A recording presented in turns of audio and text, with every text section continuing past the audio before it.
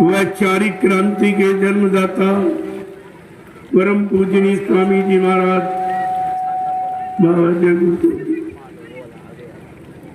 आज इस सत्संग समारोह में शामिल शरीक होने वाले देश के कोने कोने से आए हुए तमाम प्रांतों से, जिलों से, शहरी ग्रामीण अंचलों से आए हुए समस्त संगी प्रेमी, गांव के सभी धर्मानुरागी, देवी देवता मंदिर मस्जिद पर आस्था विश्वास रखने वाले हिंदू मुसलमान, ये बड़े सौभाग्य का दिन है जो आज आपको इतने खराब माहौल में, जहाँ चारों तरफ मारकाट, हिंसा, चोरी, कत्लेआम, व्यभिचार, कुत्यार, झूठ, छल, कपट, बेईमानी, बीमारी, महामारी, लड़ाई झगड़े, दुर्घटना का माहौल बना हुआ, उस गंदे माहौल से बचाने के लिए संत महापुरुषों ने अपना ये पैगाम,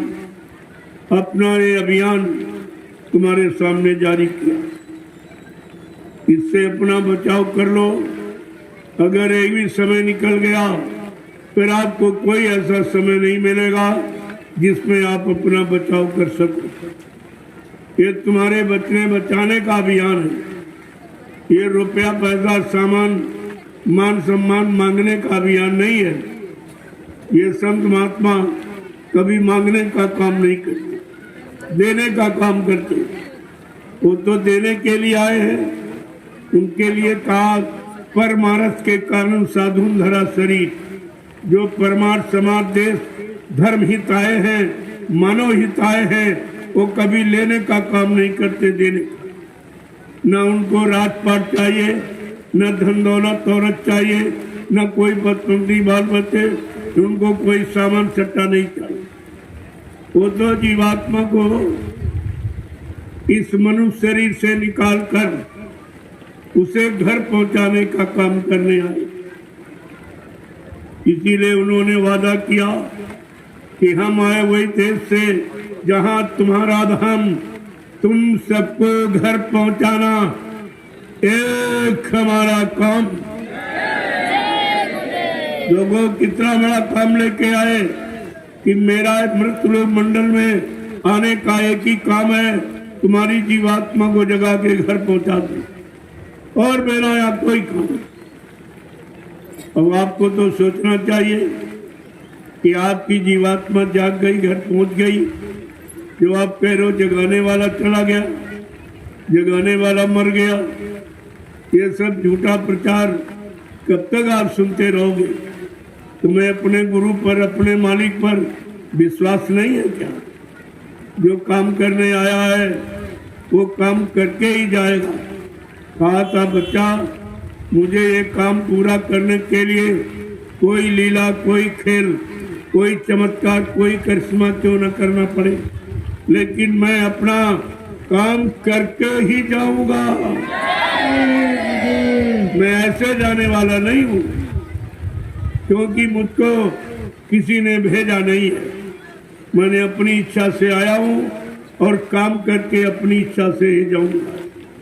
ये महापुरुषों ने सबको बताया, लेकिन आप उनके वचनों को भूल गए हो, उनके वादों को भूल गए हो। उन्होंने जो प्रतिज्ञा की है कज्जू भगाने की, सज्जू लाने की, वो भी आप भूल गए हो। तभी तो आप शंका संदेह भूल भ्रम में चले जाए। जब आपत्ति मुसीबत का समय आता, जब कोई सहारा नहीं होता, तब लोग अंततोगत्वा संत महात्माओं की शरण में आते, सारे सहारे टूट जाते। आज तुम्हारा कोई सहारा नहीं, कोई बचाने वाला नहीं है। जिनको आप अज्ञानता भूल भ्रम बस कहते हो कि मेरे पास खाने के लिए घर में रोटी है, रहने के लिए मकान है, सहयोग के लिए पति पत्नी बाल बच्चे भाई बहन बिरादर हैं, तुमको ये और कमाने के लिए खेती दुकान दफ्तर बिजली व्यापार मजदूरी है, लेकिन तुम्हें ये नहीं मालूम ये कुदरत के झटके में खत्म हो जाए। जो दो आंखों से देख रहे हो ये कुदरत के एक झटके का भी सामान नहीं है। एक झटके में सब चला जाएगा। अभी आपने देखा कोरोना काल का समय, एक झटके में ये दुनिया से करोड़ों चले गए और कोई नहीं बचा पाया, कोई बचाने वाला दिखाई नहीं दिया, न कोई प्रधानमंत्री, न मुख्यमंत्री, न कोई मतलब यानी आत्मा महात्मा, आपको कोई डॉक्टर वैद्य हकीम, कोई दवा आपको बचा नहीं पाई, क्योंकि ये कुदरत की नाराजगी थी। ये बीमारी नहीं थी, ये कुदरत की नाराजगी थी। जो कुदरत हमारे हाथ से नाराज है, हमने आपने मार काट, हिंसा, चोरी, कत्लेआम, व्यभिचार, कुत्यार किया, झूठ, छल-कपट, बेईमानी की, और इस मनुष्य मंदिर को गंदा भोजन डाल करके पशु पक्षियों का मुर्दा मांस इसमें आपने डाला, बुद्धि नाशक नशा का प्रयोग करके बुद्धि को पागल कर दिया। इससे कुदरत सख्त नाराज है और वो कुछ करना चाहती है। कुदरत का काम तुम्हारे हित में नहीं होगा, ये आप समझ लें, तुम्हारे हित में नहीं होगा। संत महात्मा आपको बचाना चाहते, इसीलिए ये अभियान जारी किया गया कि अगर चलो आप धर्मात्मा महात्मा नहीं बन पाए, सच्चे ईमानदार त्यागी तपस्वी चरित्रवान नहीं बन पाए, तो कम से कम शाकाहारी बन जाओ। अगर इसी से तुम्हारे परिवार, बाल बच्चों, सामान का बचाव हो जाए तो इससे सरल और कौन सा तरीका। महात्मा सब तरफ से तुम्हारी मदद करना चाहती, लेकिन आप उनकी बात सुनते ही नहीं हो, उनकी बात आप मानते नहीं हो, अपने जीवन में कभी उतारते नहीं हो, अपने आप में कभी अपनाते नहीं हो, तो इसीलिए आप मुसीबत में चले गए। अगर बात मान लेते तो ये मुसीबत आपत्ति में आप नहीं पड़ते।